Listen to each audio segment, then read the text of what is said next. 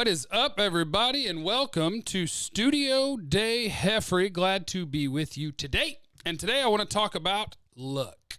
Because one of the things that's gone wrong with the Cowboys this year, everybody wants to point a finger and be like, I figured it out. It's this guy, it's that guy, it's this guy, and the game plan, and this and that. And a lot of those things, sure, they're right. They're symptoms of a problem. But I do want to point out one little thing. Last year, the Cowboys were lucky.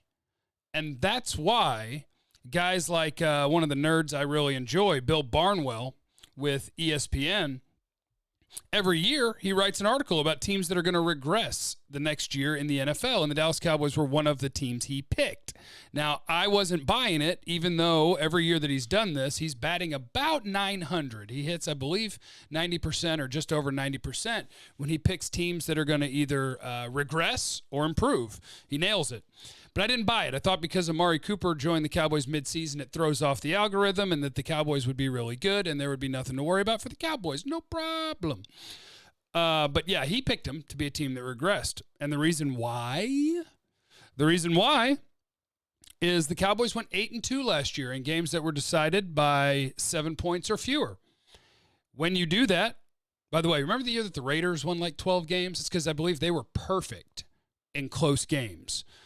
Doesn't mean you were better than every team that you beat. It means that you won all the close games. The Cowboys pulled off a similar feat last year, winning 8 out of 10 games that were 7-point games. And in the NFL, you want to say, well, yeah, that's because they're the better team. And sometimes, sure, but those numbers almost always even out year to year. You don't see a team, like even the Patriots. The Patriots aren't going to go 8-2 in close games every year. You just don't, because football has a strangely shaped ball, and sometimes people drop it, and sometimes people tip it, and it gets intercepted, and the game can get pretty wild. So if you play close games, a level of randomness can determine the outcome. So last year, the Cowboys got lucky. They were 8-2 in their really close games. What is the Cowboys' record in those same close games this year? Bill Barnwell was right. They're 0-3. Welcome to regression. You have one of the best offenses in football, yet in your 3 close games, you have gone over. You couldn't get a 2-point conversion against the Jets. You called run plays against the Vikings, which we can still point to the reasons for those losses, and we can still absolutely talk about what could change and what could be better. But ultimately, this happens to almost every team in football every year.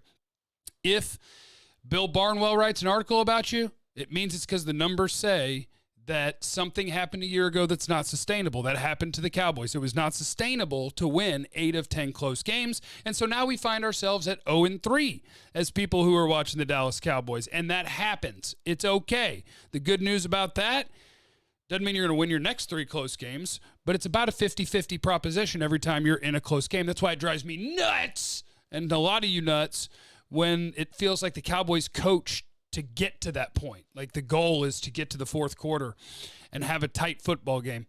Steelers, by the way, may regress this year because, as he points out in this article, they are doing the same thing right now. They're winning every close game they play, and it's not sustainable. Now, they do have what I believe to be perhaps the best quarterback in football, but math doesn't care who your quarterback is. The Seahawks will start losing close games most likely, and if not, look at them next year. I bet you they go 4-4 in close games because that's the way the world goes. Now, some optimism about the Cowboys' offense. Being the best offense in the league, according to yardage, it could be even better. Dak Prescott's MVP case could get even better. Here's why. Same article from Bill Barnwell. Dallas receivers are 5th in the league at drops. They drop 4.4 of Dak Prescott's passes. That is the 5th highest rate in the league. Dak is completing 7.1% more of his passes than expected by NFL's next-gen stats, and that's with his receivers dropping the ball. 5th most in the league. So imagine if that number... Oh, excuse me. I'm back. Imagine if that number comes around. Imagine if they start being a sure-handed squad, which I don't know if they'll ever be the most sure-handed squad. Amari Cooper will always have a couple of drops. It's just part of the Amari Cooper package, and you'll take what Amari Cooper brings every day. But if they start completing league average even, then Dak, who already leads the league in completion percentage above expected, would lead it by even more. Your quarterback is playing unreal football. You've gotten unlucky in your 3 close games. And yes, we can still talk about all the things that went wrong and all the things that you want to see fixed. But just know that that's the way that the NFL goes. It is not predictable who's going to win a close game. Oh, you have better defense. You have the better quarterback. Don't matter. Ball shaped funny. So if you are in close games, then that's the way that it goes. Year to year, you will regress. If you were great, you're going to be worse. If you were terrible in close games, you'll be better. Even if you're the Bengals. The Bengals, if they get in 4 close games down the stretch, they'll win 1 or 2 of them because that's the way football goes.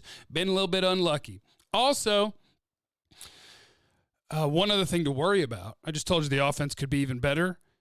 The defense, if you're concerned about that,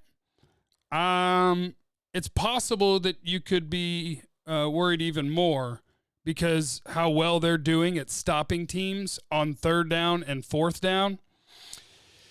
They have stopped teams from moving the chains on 2/3 of 3rd downs. The 3rd best mark in football. That's a hard number to keep up all year. So this defense will probably allow people to convert. Heck, we just saw it, right? Last week. Conversions were nuts for Minnesota. It's hard to stop people on 3rd down all the time, but it's also hard to convert all the time. So those numbers could drop for the Cowboys defense, and they could drop for the Cowboys offense, which is converting 50% of 3rd and 4th downs. So there's your nerd update of the day. The Cowboys are going to be okay. I think they're going to win the NFC East, but it'll come down to week 16. But just know, part of what's going on, stop getting lucky. That's the way it goes. All right, subscribe to the YouTube channel. Check 1053thefan.com every day. And today in the comments, leave me your favorite breakfast item. Thank you. I'll see you on G-Bag Nation here in just a bit.